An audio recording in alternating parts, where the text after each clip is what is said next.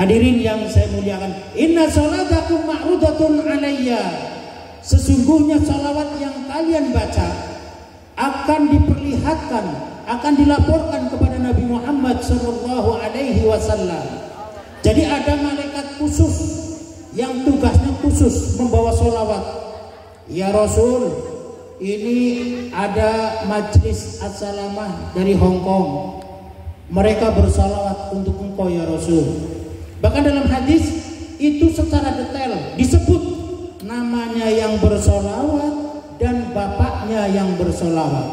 Jadi nama bininya. Jadi malaikat itu detail banget kalau melaporkan. Gak kayak kita kan. Apalagi anggota DPR kemarin kan. Makanya jadi ramai karena gak ada transparan. Tapi saya nggak bicara DPR. Nanti malah mau ke hukum susah nanti. Kita nggak bicara politik, kita bicara Quran. Jelas Bu? Ibu pengen punya anak hafal Quran, pengen? Maka pondokin di tahfidz Quran. Jangan eman-eman duitnya beli sawah aja, beli gelang aja. Anak gak disekolahin, sekolahin anak-anak. Karena dia nanti yang akan mendoakan panjenengan ketika panjenengan sudah di alam kubur. Ibu percaya kalau jasadnya Nabi Muhammad itu masih ada? Percaya? Percaya.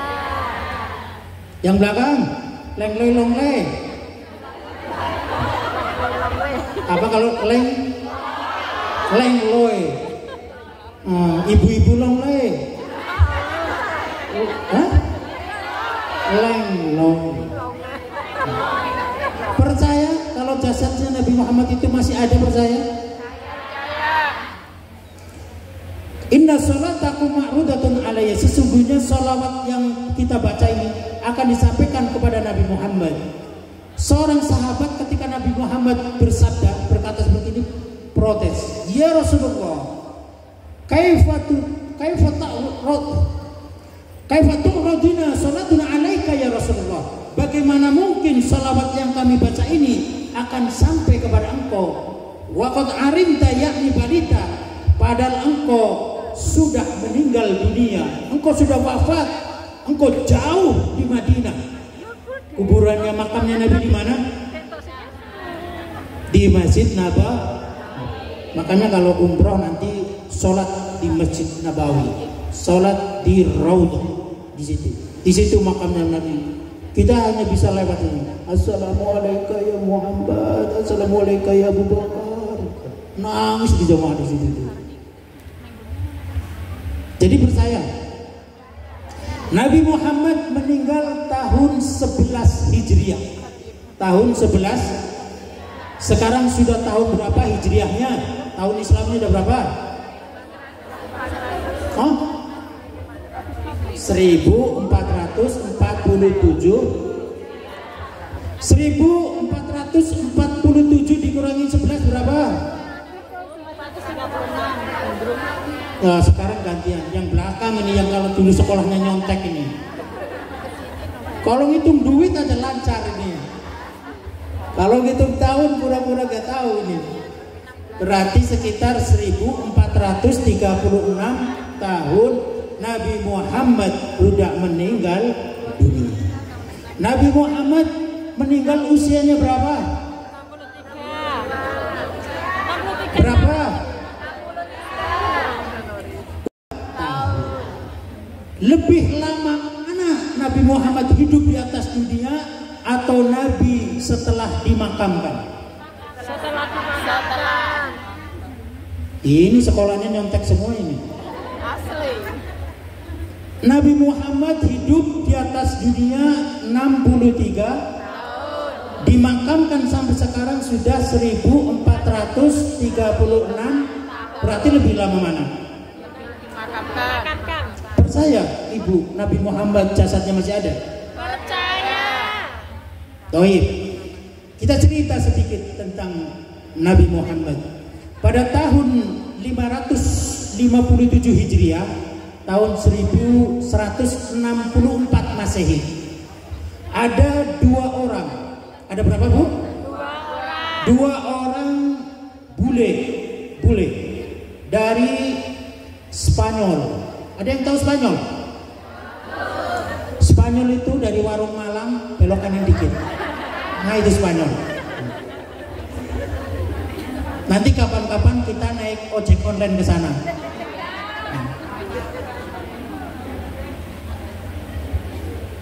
Beliau berdua ini, si bule ini, orang Yahudi, menyamar menjadi jamaah haji sampai ke Madinah, sampai ke Mekah, ke Madinah. Kemudian mereka ini menyewa rumah. Dulu tahun itu belum kayak sekarang, banyak hotel-hotel, masih rumah-rumah dikosin. Mereka sewa rumah. Kemudian setelah dapat rumah, mereka berdua ini dapat rumah. Ternyata mereka niatnya tidak baik. Rumahnya itu digali, itu kamarnya itu. Mau nggak rumahnya digali itu? Katanya yang Malang kemarin ada gempa. Benar itu? Yang dari Malang ada kemarin, Jawa Timur. Digali, dia menggali di kamarnya. Dia sengaja cari kontrakan, cari rumah yang dekat Masjid Nabawi, dekat Raudhah, dekat makamnya Nabi Muhammad sallallahu alaihi. Kemudian dia gali, mau bikin lubang terowongan menuju makamnya Nabi Muhammad sallallahu alaihi. Untuk apa Ustaz? Untuk mencuri jasadnya Nabi Muhammad sallallahu alaihi. Ibu percaya masih bahwa jasadnya Nabi Muhammad ada? Percaya. Orang Yahudi saja ini, orang Yahudi bukan orang Islam, percaya kalau jasadnya Nabi Muhammad masih ada. Buktinya dia gali-gali lubang mau mencuri jasadnya Nabi Muhammad. Ternyata itu digagalkan oleh Allah Subhanahu wa taala. Kemudian Allah melalui hambanya yang soleh bernama Sultan Mahmud Nuruddin Mahmud Az-Zang bin Zangki. Beliau presiden Mesir. Jadi kalau sekarang itu pangkatnya kayak Pak Prabowo. Ada yang kenal Pak Prabowo ada? Masa sama Pak Prabowo nggak tahu? Sultan Nuruddin Mahmud ini pangkatnya seperti itu, presiden di Mesir. Beliau bermimpi didatangi oleh Rasulullah Sallallahu Alaihi Wasallam. Dalam mimpinya itu Rasulullah menunjukkan dua wajah orang bule tadi itu. Yang belakang simak. Rasulullah menunjukkan dua wajahnya orang bule yang tadi itu. Kemudian Rasulullah berkata,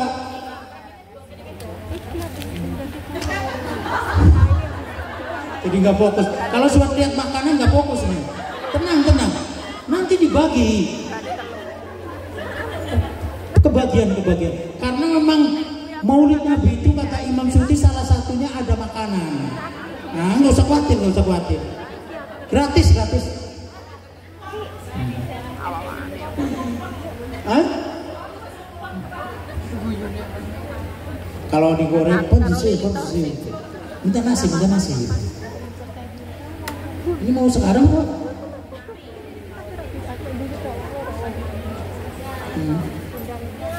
Ini mau sekarang atau nanti? Nanti. Karena baru sampai nih, baru dikasih tahu bahwa acaranya selain Maulid Nabi juga syukuran majelis. Maka satu hadis untuk semua nih, simak. Man sana fil islami sunnatan hasanatan.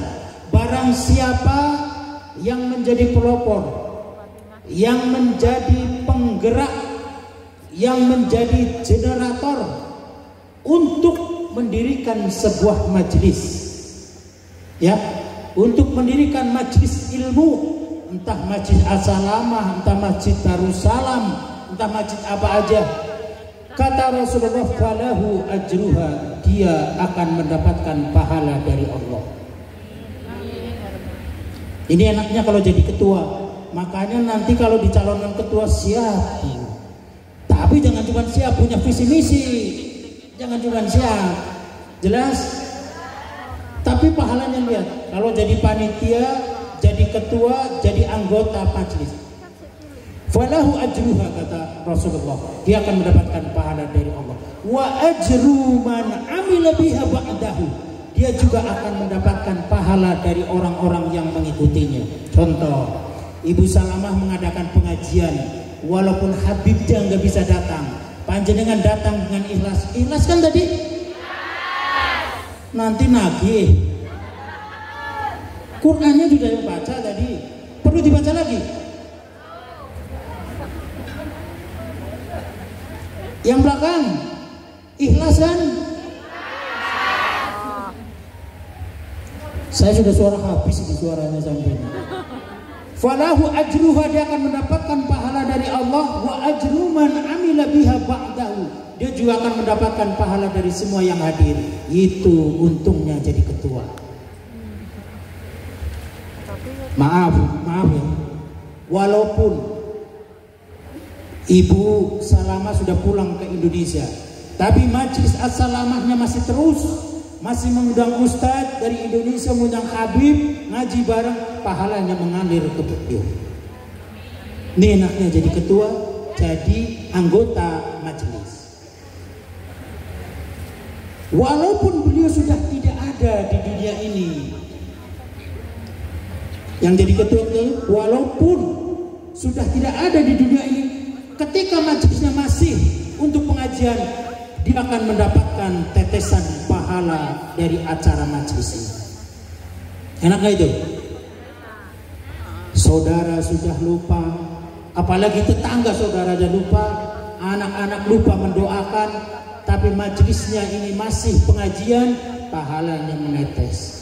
Allahumma ighfir lahum warhamhum wa'afihim wa'fu anhum, didoakan oleh orang banyak. Menurut Imam Syafi'i, ada 40 orang yang bersama-sama mendoakan, orangnya baik, soleh, apalagi dalam keadaan suci, dalam keadaan berwudu, maka doanya akan makbul, dia diampuni dosanya oleh Allah. Amin. Enak gak itu? Enak gak? Maka besok-besok yang belum punya majelis, gabung sama majelis. Ada acara di majelis, datang. Nanti kalau majelisnya sudah selesai, baru main kemana, silaturahmi. Jelas, luar biasa. Man ahabba ayub satolau fi rizkihi, barang siapa yang ingin dilancarkan rezekinya oleh Allah, wa ayun sa'alahu fi atharihi, kemudian pengen dipanjangkan umurnya oleh Allah, fal yasul rahimah, maka senang silaturahmi. Ini fungsinya datang ke majelis, panjenengan silaturahmi. Yang lagi nganggur bisa komunikasi, tukar masalah informasi pekerjaan. Yang lagi banyak masalah bisa bercerita, curhat. Jangan curhat di Facebook, nanti diketawain, apalagi diketawain sama mantannya. Jangan di Facebook, gelar sajadah, kita sholat hajat. Jelas. Kalau ketika ada masalah yang belakang, yang pada single parent pengen punya pasangan, jangan curhat di Facebook, gelar sajadah, sholat hajat, usolli sunatan al-hajat raq'ataini lillahi ta'ala. Bismillahirrahmanirrahim. Rakaat pertamanya Yasin wal Qur'anil Hakim, innaka laminal mursalin ala siratim mustaqim, tanzilal azizir rahim, litundira qauman la undira aba'uhum fahum ghafilun. Sampai 83 ayat. Rakaat pertama.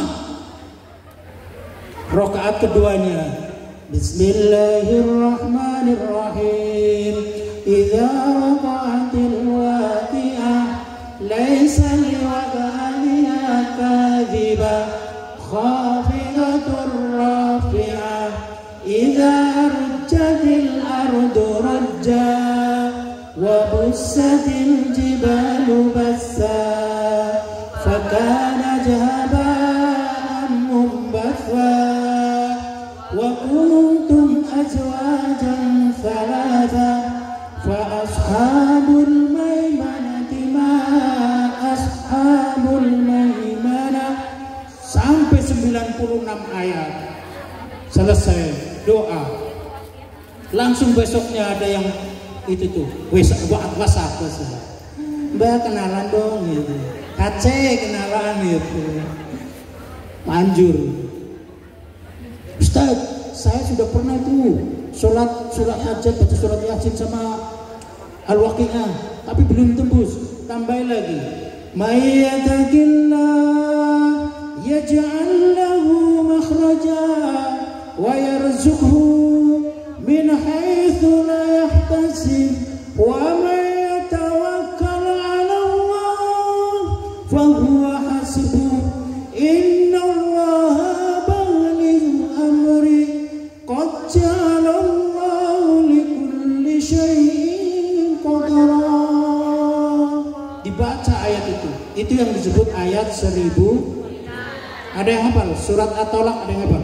Nanti buka surat At-Tolak di rumah, di wirid. Itu banyak diamalkan para kiai-kiai itu. Ayat itu 1000 dinar itu. Hadirin yang saya muliakan, tadi sudah majelis ya. Jadi kalau nanti ada majelis-majelis, gabung yang belum punya majelis. Terus kalau ada pengajian datang, kita ngaji, cari ilmu, belajar, cari ilmu. Jelas Bu? Tadi saya lagi cerita tentang jenazah Nabi ya tadi. Kita lanjutkan ceritanya. Ini belum kan? Belum potong temen kan? Belum. Takutnya udah pada lapar ini. Kita lanjutin. Tadi Sultan Nuruddin Mahmud itu bermimpi didatangi Rasulullah Sallallahu Alaihi Wasallam, menunjukkan dua foto bule tadi, dua bule itu yang lagi menggali kubur, yang menggali rumah, mau tembus ke makamnya Nabi. Maka Nabi berkata kepada Sultan Mahmud, tolong aku dari dua orang ini. Rasulullah meminta tolong, bangun Sultan, Presiden bangun, wudu. Nah ini ada pelajarannya. Jadi kalau panjenengan mimpi ketemu suami di rumah, bangun wudu. Kalau tidak tidur lagi. Sultan ini milih tidur lagi. Begitu tidur lagi, mimpi lagi. Mimpinya sama persis yang sama. Nabi meminta tolong dari dua orang ini. Sampai 3 kali berturut-turut mimpi yang sama. Akhirnya Sultan ini berpikir, Presiden ini berpikir, Presiden Mesir. Beliau setelah pagi mengumpulkan para menteri-menterinya nih. Para menteri-menteri dikumpulin. Panglima perangnya dipanggil. Panglima perang Indonesia siapa sekarang? Nggak ada hafal kan? Kalau dulu kita kan wajib ngapalin tuh kabinet itu ya. Dulu zaman kita sekolah itu. Dipanggil sidang darurat dari angkatan laut, angkatan udara, angkatan darat dikumpul, menteri-menteri dipanggil, anggota DPR kadang datang, dia pada kabur, didemon sama rakyat masalahnya. Jadi cuma para menteri-menteri.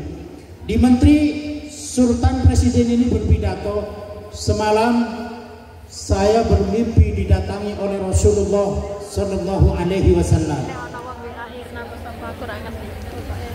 Beliau mendalil, ini hebatnya nih pemimpin yang soleh. Beliau mendalil, membacakan hadis Nabi. Man ra'ani fil manami, barang siapa yang bermimpi melihatku, kata Nabi Muhammad Sallallahu Alaihi Wasallam, faqad ra'ani haqqo, maka dia benar-benar sudah melihatku secara nyata. Fa'innahu nasyaiton, karena syaiton tidak bisa menyerupai bentukku, kata Nabi Muhammad Sallallahu Alaihi Wasallam. Hadisnya sahih, ada dalam kitab Sahih Bukhari dan Sahih Muslim. Artinya orang yang melihat, sudah pernah mimpi ketemu Nabi? Sudah pernah? Orang yang bermimpi bertemu dengan Nabi itu nyata bahwa dia sudah melihat Nabi Muhammad Sallallahu Alaihi Wasallam. Karena setan tidak bisa menyerupai bentuknya Nabi Muhammad. Ini keistimewaannya Nabi Muhammad. Jadi kalau panjenengan umumnya bermimpi bertemu Nabi, berarti itu benar. Panjenengan sudah ketemu Nabi. Maka sholat yang rajin, infaknya yang rajin, dengan eman-eman. Ya. Nah setelah itu Sultan berkata, ini Rasulullah meminta tolong. Maka dia kumpulkan para menteri-menteri dan ini hebatnya, Menteri Keuangan dipanggil, tapi bukan Bu Sri Mulyani ya, bukan ya. Bu Sri Mulyani sudah resign, sudah mengundurkan diri. Kasihan beliau dijarah juga sama masyarakat. Dipanggil Menteri Keuangannya, Menteri, besok, hari ini saya akan langsung ke Madinah. Dipanggil panglima sama menteri, kamu siapkan harta yang banyak untuk saya bawa ke Madinah. Luar biasa. Saya membaca kisah ini meneteskan air mata. Begitu solehnya Presiden Mahmud ini. Siapkan harta yang banyak akan saya bawa ke Madinah. Dan kamu panglima perangku, siapkan 1000 pasukan khusus Kopassus untuk dibawa ke Madinah. Singkat cerita, berangkat Sultan Mahmud. Presiden ini berangkat ke Madinah. Sampai di Madinah, beliau yang dituju Raudhah dulu. Beliau sholat di Raudhah. Maka panjenengan yang nanti umroh, jangan lupa sholat di Raudhah. Kalau dulu bebas. Asalkan mau ngantri di rebutan, kita bisa sholat kapan? Setiap malam bisa sholat. Dulu. Tapi sekarang per kemarin tahun 2023 saya terakhir sudah harus pakai aplikasi, tidak bebas seperti dulu di Raudhah. Kalau dulu bisa bebas, setiap malam saya sholat di Raudhah. Sekarang pakai aplikasi.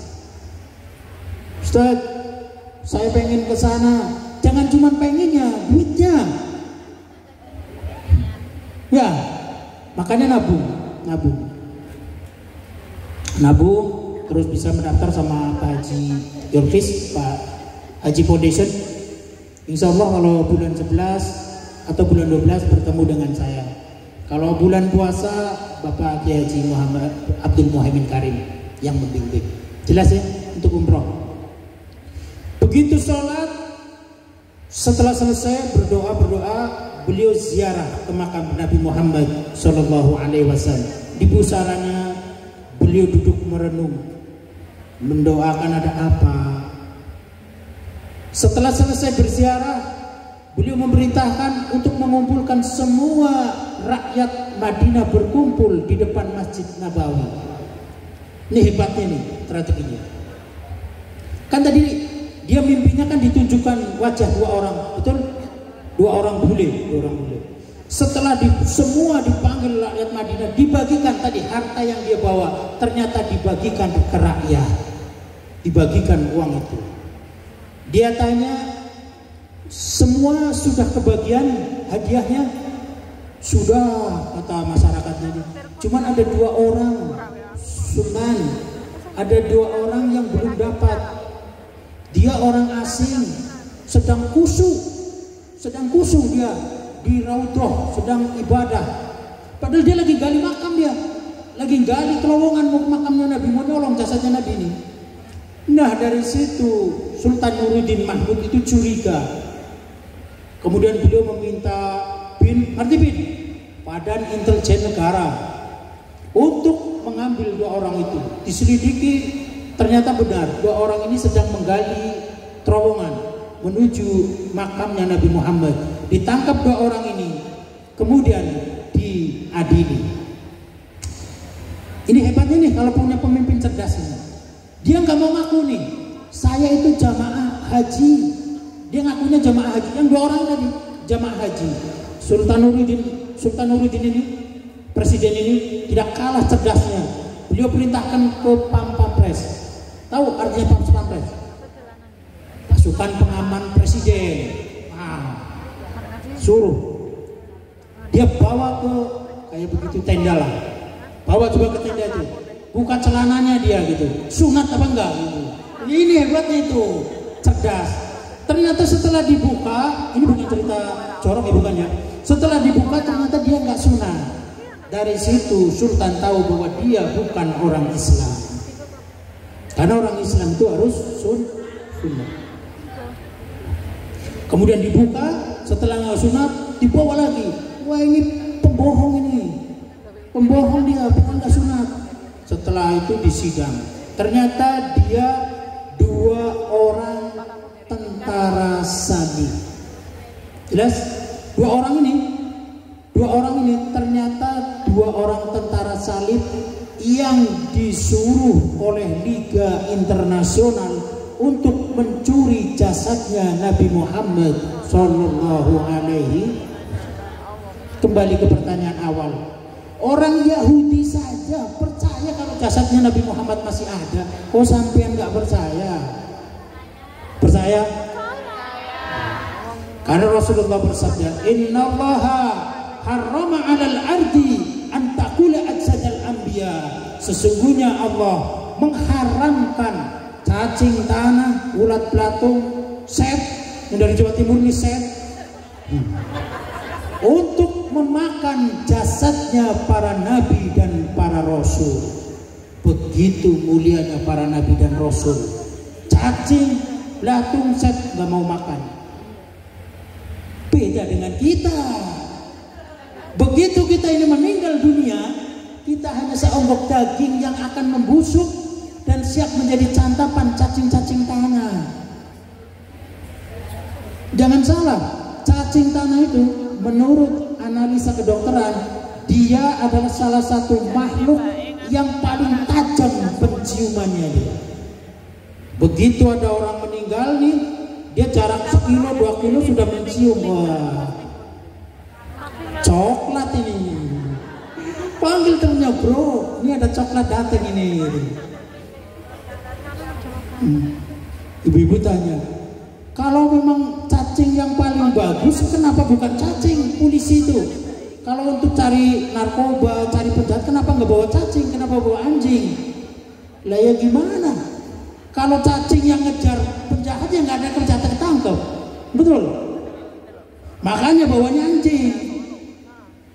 Tapi kalau yang paling tajam penciumannya itu cacing.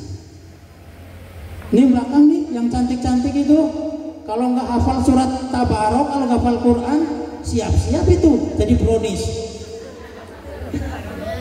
Maka hafalin surat Tabarok. Pengen jasadnya tuh, pengen. Tabarakalladzi biyadihil mulku wa huwa ala kulli syai'in qadir. Alladzi khalaqal mauta wal hayata liyabluwakum ayyukum ahsanu amala wa huwal azizul ghafur. Alladzi khalaqa sab'a samawati tibaqa ma tara fi khalqir rahmani min tafawut farji'il basara hal tara min futur thumma arji'il basara karrataini yanqalib ilaikal khasina. Hafalin ya, 30 ayat, hafalin surat Tabarok. Terus didawamkan, dibaca. Maka surat Tabarok salah satu surat yang disebut surat penghalang dari azab kubur. Maka hafalin 30 ayat. Tiap pagi hafalin. Satu ayat, one day, one ayat, 30 hari udah hafal. Jelas? Yang baca surat Al-Baqarah. Ini sampai berapa? Tidurnya jam berapa? Doa. Kita doa dulu, katanya mau potong tumpeng. Kan udah waktunya makan bagaimana? Ini doa saja Pak gimana? Boleh doa aja? Ya kita doa untuk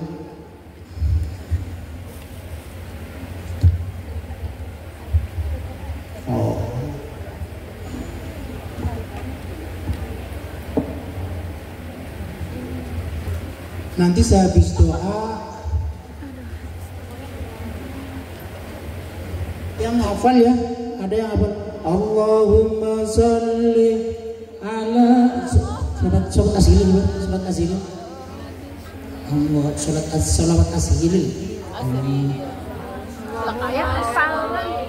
Allahumma sholli ala Muhammad ya Rabbi sholli alaihi wasallam.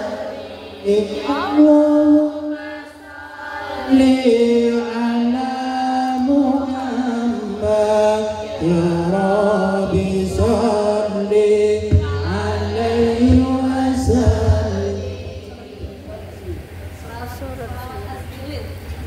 Asli. Allahumma sholli Sayyid Allahumma sholli ala Sayyidina Muhammad wa asghili bidhalimin. Allahumma sholli ala Sayyidina Muhammad wa asghili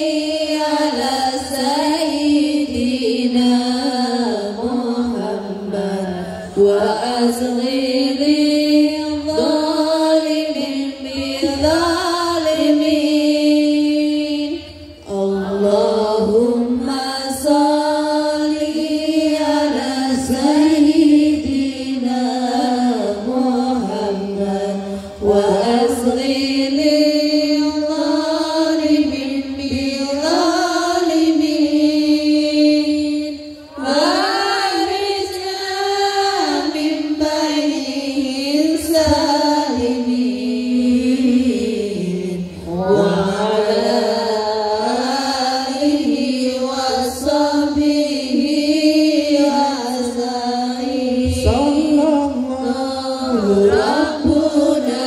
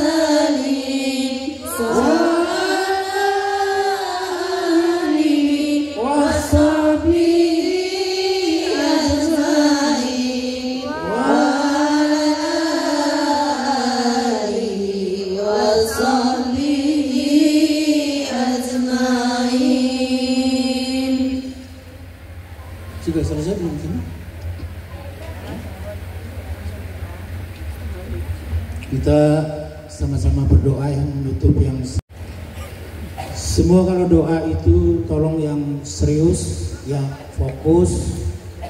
Yang lagi HP-an, HP-nya ditaruh dulu. Takutnya nanti bukan malaikat Jibril yang datang, malaikat Israel yang nyebut nyawa yang datang. A'udzu billahi minasy syaithanir rajim. Bismillahirrahmanirrahim. Allahumma shalli ala sayyidina Muhammad wa ala ali sayyidina Muhammad. Allahumma shalli ala sayyidina Muhammadin fil awwalin wal akhirin wa barik wa sallim wa radiyallahu ta'ala an sahabati Rasulillahi ajma'in. Allahumma tawil umurana. Ya Allah, panjangkan umur kami semua ya Allah. Panjangkan umurnya pengurus-pengurus Majelis Salamah ya Allah.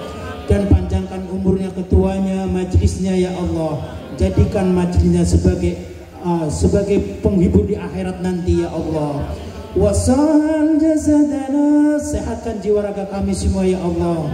Sehatkan badannya orang tua kami di Indonesia ya Allah. Yang lagi sakit orang tua kami, angkat penyakitnya ya Allah.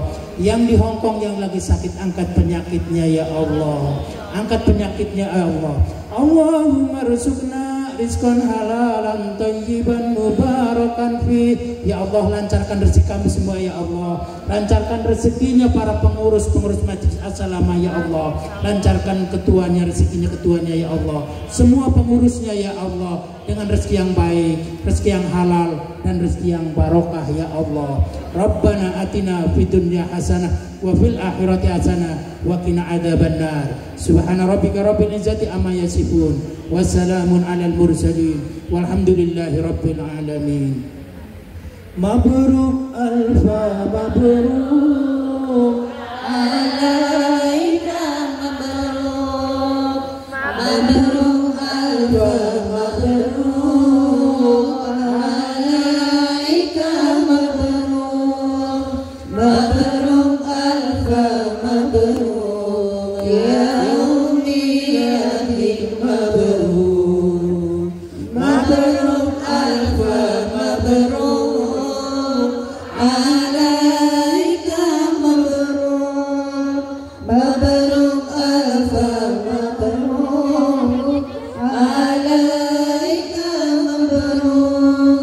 Mabruk alfa mabruk ya ummi latik mabruk.